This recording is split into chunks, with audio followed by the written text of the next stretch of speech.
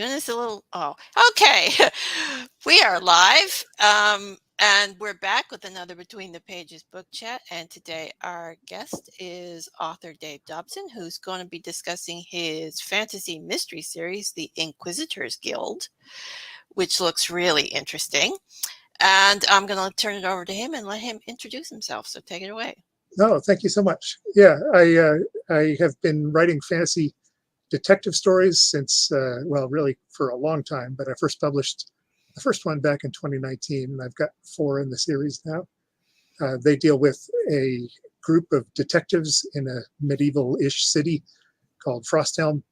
And so the Inquisitors Guild is sort of the detective branch of law enforcement, and they go around and explore robberies and murders and unexplained phenomena.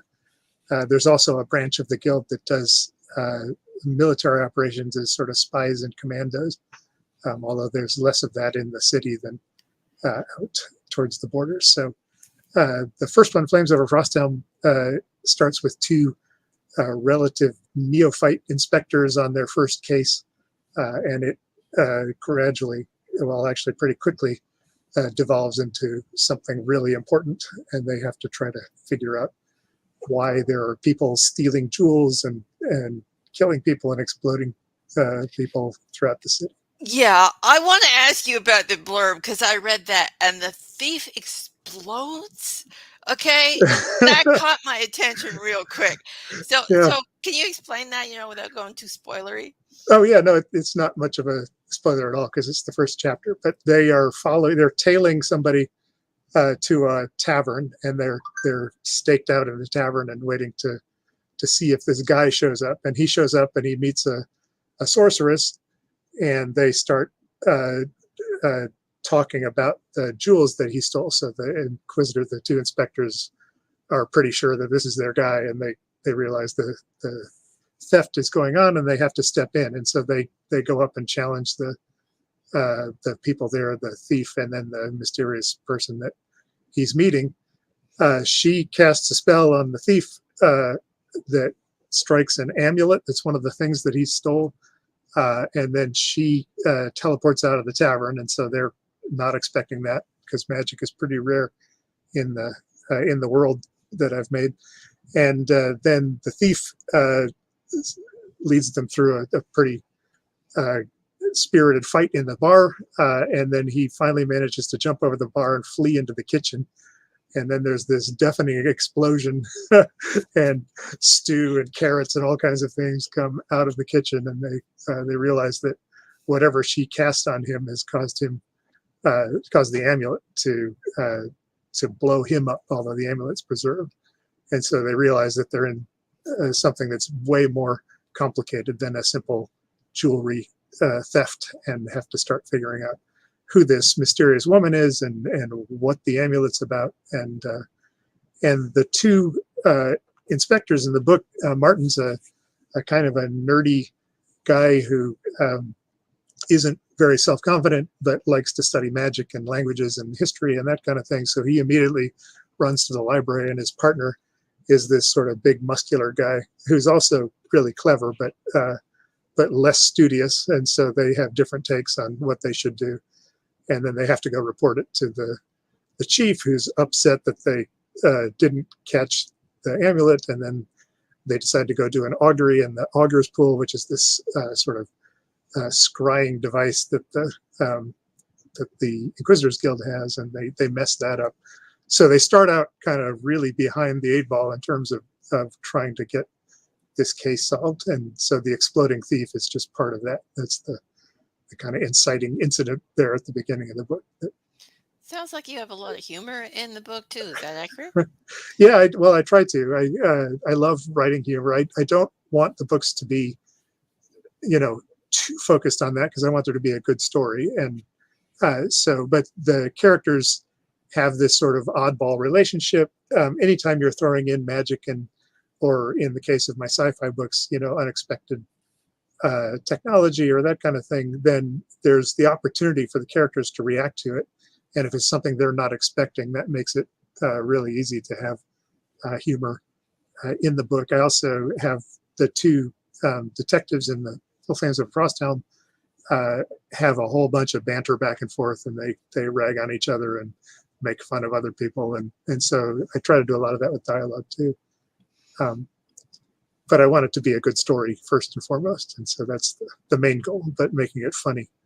Okay, so does each book follow different set of inspectors, or are we following the same inspectors all the way through? No, each of the books is a standalone. I can the first one here, Flames Over Frosthelm, is Martin and Boog, and it's told from the perspective of Martin, the kind of the nerdy one. The second one, I wanted to do something a little different, and so I had Boog be the main character in that one. So he's the sort of muscular, quieter, tougher guy, and you get a whole new story told from his perspective. And Martin is caught up in a different sort of thing, so he takes on a new partner, and so it's a completely different case with a different narrator. This one is another case that is an inspector who ends up being betrayed by the guild and running around trying to prove herself innocent. And so that's completely different. It's actually set at a different time.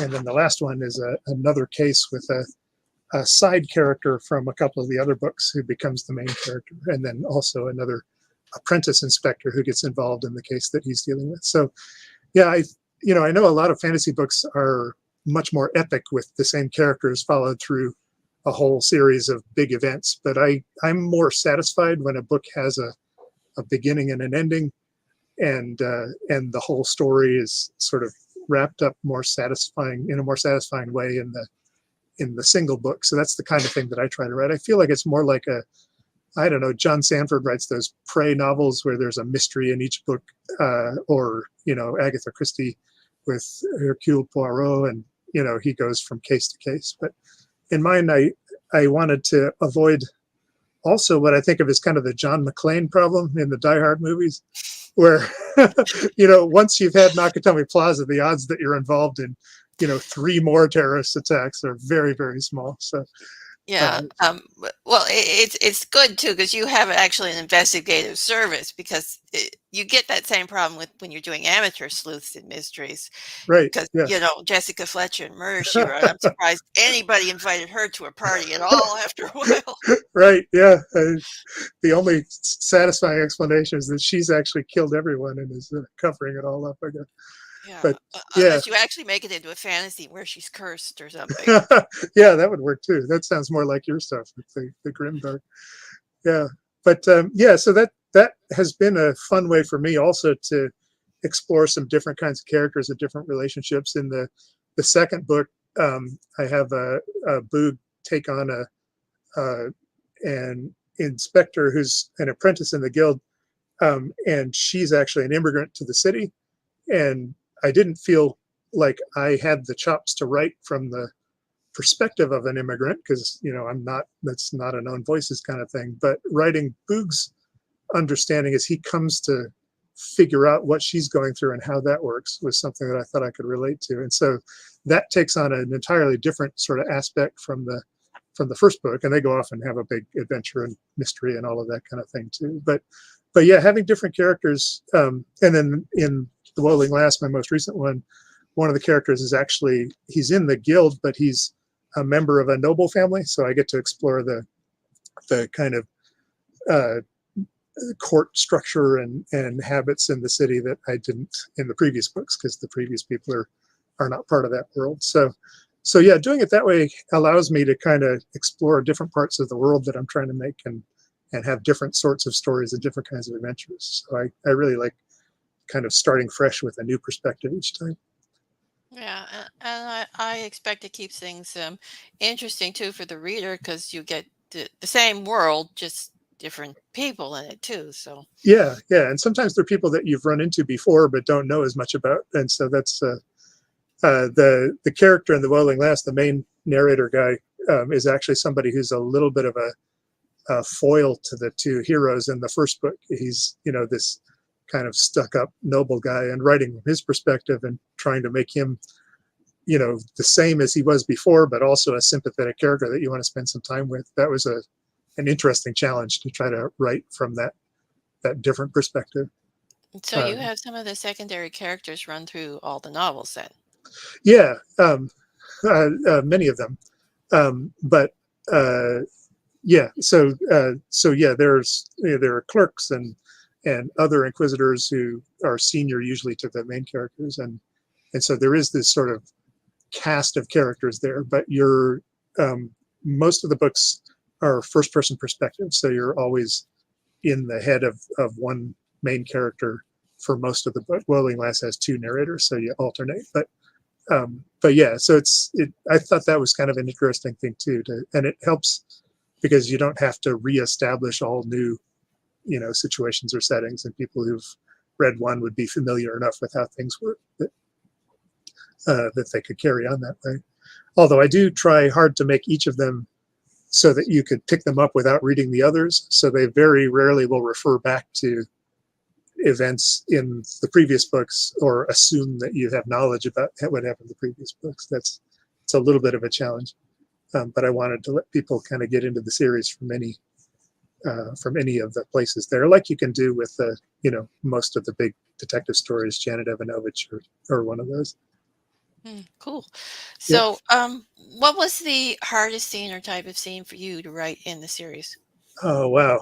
Um, well, doing the immigrant character was the thing that I struggled the most with in the second book, because I really wanted to not overstep and try to, pretend like I could portray that experience in a genuine way, but also I thought it was an interesting thing to explore. So navigating how that worked was very challenging for me. I also wrote that book in the middle of the George Floyd protests and all of that uh, big upheaval in American society, and that was interesting and challenging also because I'm writing about cops basically, and to have that sort of huge emotional important dialogue going on in our society at the same time that I'm trying to write books that are a little bit silly about basically police officers doing their jobs and investigating things was that was hard. And I had to stop and kind of think about who my characters were and what was, what were they doing that was good? What were they doing that, that might not be appropriate or fair? And, I want them to be heroic characters, but that also, just made me think really hard about police procedure and the role of law enforcement and all of that kind of thing. So, especially when they're dealing with suspects or anything where they're trying to navigate the rights of an accused person, that all became sort of a hyper focus for me as I was writing the later books, and something that I've tried to do in a way that's sensitive. Obviously, there aren't the same issues in Frosthelm that there are in the real world, but there are a lot of parallels, and so that's the hardest part for me, has been trying to work out how to write about police in a way that feels comfortable for me, Yeah, especially with all those issues that have come up. yeah, I can see that. You don't want to alienate the readers or step on any toes as well. So, Yeah. I mean, I don't want to sound too artsy or anything, but I want the book to be fair and I want the people in it to be heroic. But I understand that job is also one that puts people under pressure, and it's also a job that many people have, or a position that many people in, at least in American society, have been victimized by because of the power differential and because of bias and prejudice and all that kind of thing. And so working through that, I definitely don't want to offend people, but I also want to try to be real and tell a good story. So there's a whole bunch of things that go into trying to navigate that kind of stuff. okay. So, what was the favorite scene or type of scene that you wrote in the Oh series? boy, I tend to write very seat of the pants. There's two schools of thought about plotters versus pantsers, and I often will start a scene without really knowing where it's going to go. And one of my favorite experiences in Flames Over Frosthelm was the characters, not to be too spoilery, but they'd been captured and were being held somewhere. And I was writing about how they were responding to that. And then I just, the spur of the moment, like late at night before going to bed, I was like, oh, it would be really cool if this were here. And this was a major magic object that they'd run into in the past. And I threw that in without any idea of how I was going to make it make sense. I just knew that it would be cool. And it was, and it actually became the whole second half of the book in some ways. And I had not planned that out. I had an idea of how the book was eventually going to end, but I didn't know that that would end up being such a big part of it. And so for me, those scenes where I am writing along and I throw something in that I haven't really thought out and haven't really explained are always the most fun for me, because I then have to figure out, sometimes they're terrible ideas and you take them out the next day, but sometimes they actually really help the book move forward, and you get this fun idea for something that's going to take you off on a completely different tangent. And I know that people write great books through, plotting it all out on index cards and writing all of their scene descriptions and all that kind of thing. But for my process, I have a lot of background in improv comedy. And so I'm very used to building scenes from almost nothing and just kind of trying to write them in a way that sort of, yes, and is the improv thing where you Yeah. build on whatever was just said. And And for the record, plotters do that too, by the way. yeah. Yeah, we have nice little outlines, and then halfway through the book, we get an idea. So, Yep. No, I'm sure you can't help. And, I plot stuff too. The Outcast Crown just became so complicated because of a choice that I made, that I had to stop and build a whole timeline and, figure out who was where, when, and all of that kind of thing. So I'm not exclusive. And then, about halfway through any book, you have to start saying, okay, I have thrown all of these balls up into the air. I have to start catching some of them or the book's going to all fall apart. And so I start to work out how the book's going to end. In my sci-fi book, Daros, I got to that point where I was like, okay, I know all of the things that are wrong now that need to be fixed, in terms of the world and the alien invasion and all this kind of thing. I really need to figure out how that's going to happen, given the characters that I've introduced. And so yes, I'm a fair weather pantser, I guess, and I turn into a plotter for the last half of the book or so. okay, so you mentioned your sci-fi stuff. So you do Yeah, write sci-fi, and you mentioned you also you've written a thriller. yeah. So tell us a little bit about that. Yeah, so I have loved fantasy and sci-fi since I was a kid. I read tons of both of those, and fantasy is kind of my first love. But I thought of doing a sci-fi book last year after writing a few of these Inquisitors Guild books, and so that one is called Daros, and there's a you can see it on my shelf over there, and it starts with a planetary invasion, and there's a smuggler's daughter who arrives on a ship with an illicit product, meaning to deliver it to somebody down on this planet Daros, and then suddenly there are alien fleets in the sky shooting down ships and satellites, and her ship crash lands, and she has to eject in a life pod, and then she's stuck on this planet with, with no real sense of what's going on, and has to kind of make her way through that. And then in that book, I was originally writing it from her perspective, and I realized that she didn't know enough to tell the whole story. And so I added another narrator character, and they kind of go back and forth, mostly chapter by chapter. And the other character is actually a member of the invading alien fleet. She's a navigator for the flagship. And so she can tell what's going on in the alien part of it. And the cool thing about her is that she's actually a secret rebel, trying to work against the fleet that she's part of. And so that ended up being a really fun way to have two characters who are both kind of at risk of discovery and in peril all the time, kind of work their way through this situation on the planet. And of course, over the course of the book, you have to figure out, what was that artifact that she was going to deliver? Does that matter? what are the aliens trying to accomplish by invading, and what's going on the planet that's so important. And so both of them are figuring out different pieces of that as they go. And so that one was a lot of fun. It's not a mystery exactly, a detective story, but it has some of the same elements. There's a big puzzle out there that these two Yeah. characters are trying to figure out. Sounds like a bit of a thriller. Yeah, yeah. There are stretches where it's, there are lasers flying and all that kind of thing, and then there are other parts where there's thinking and plotting and moving around in secret and that kind of thing. Yeah.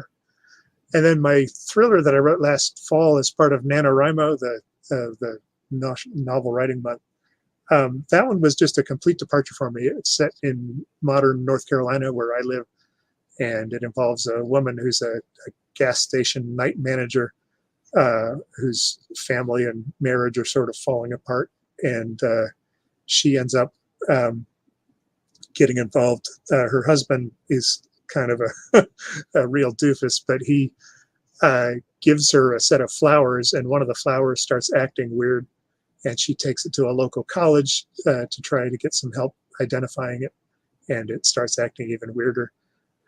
And then it has a couple of light elements of sci-fi in it, but it's pretty much a straight contemporary thriller kind of book, and that was totally different for me to write. I thought that writing in the modern world might be easier than writing in fantasy worlds, because there's so much that's already understood. People know how taxes and salaries and cars and highways work, and you have a geography that's already in place pretty much. But it was actually a lot harder in some ways. I had to figure out how guns work, how people act around guns, what would happen if you go to an emergency room, at this time of night. There are a whole bunch of things that in a fantasy book I could just decide this is how it works in Frosthelm or, on the surface of Daros. But in the real world, if you mess those things up, people are going to be like, oh, no, that's not how it works. I mean, you hear about surgeons watching Grey's Anatomy or something like that and saying how terrible that is. So I had to do actually more research for the contemporary book than for the fantasy ones in a lot of ways, or at least different kinds of research. Yeah, I had to do more research for my contemporary fantasy than I did for my historical fantasy. So. Yeah. Oh, really? Wow. Yeah. Yeah, because I mean, with the historical stuff, I already know because I usually set it in a period I'm familiar with. Yeah. With the contemporary fantasy stuff, I know absolutely nothing about modern day England, so Yeah. I had to research it all. Yeah. Well, that was, I was looking up, how they would prosecute somebody, where they would take somebody, what the laws regarding, habeas corpus were. There were all these things that were Yeah. that actually existed that you have to figure out. Yeah. How long would it take to drive from point A to point B? Right. And Yep. stuff like that. Exactly. And yeah, so I had a lot of fun with that. I taught at a small college for a long time, so having that be part of the world that that this woman is in, and having her meet a professor, that part was much more familiar, and I felt like I could do that really well. But I'm not a guy who fires guns on the weekend, and she is, so I had to figure out what that life was like. I have a good friend from high school who is a hunter and gun enthusiast, and so I ran a bunch of the sections by him, and he was able to help me figure out where I was making her to, because of my approach to firearms, I was making her more cautious than he thought she would be, having been in that world. I had her checking to see if it was loaded all the time, and he was like, no, you trust the safety, and if you've been around these things, you'll be comfortable enough not to mess that up. And so that was really helpful, and it led to a really fun discussion and reconnection with one of my high school friends too, just going through that part of the book. So that's the thing I really enjoy about writing these books, is that I learn a little bit about weird things. Sometimes it's about what you can make into a poison, or Yeah. how long you can survive after being stabbed in the gut. But other times it's this other really interesting stuff. I learned a lot more about how to do DNA gels for the thriller book. So yeah, it's always fun to see what you end up studying. Great. Oh, okay. On that note, we'll wrap up the interview, and I'll let you tell everybody where they can find you. Oh, great. Okay. Yeah. So I have a website, which is probably the best way to start. It's at davedobsonbooks.com. And so you can check out my books there. I'm also on Twitter and Facebook, and certainly on Amazon. And if you search for the Inquisitors Guild, you'll find that series right away, or Daros. Those are the 5 books that I have out are right there. And I'd be happy to have you sign up for my newsletter or stop by or just give me a shout on Facebook or Twitter. Okay, I have the Inquisitors Guild link below, as well as his website if you want to check out the books. And I'd like to thank you for being here today. It was a pleasure chatting with you.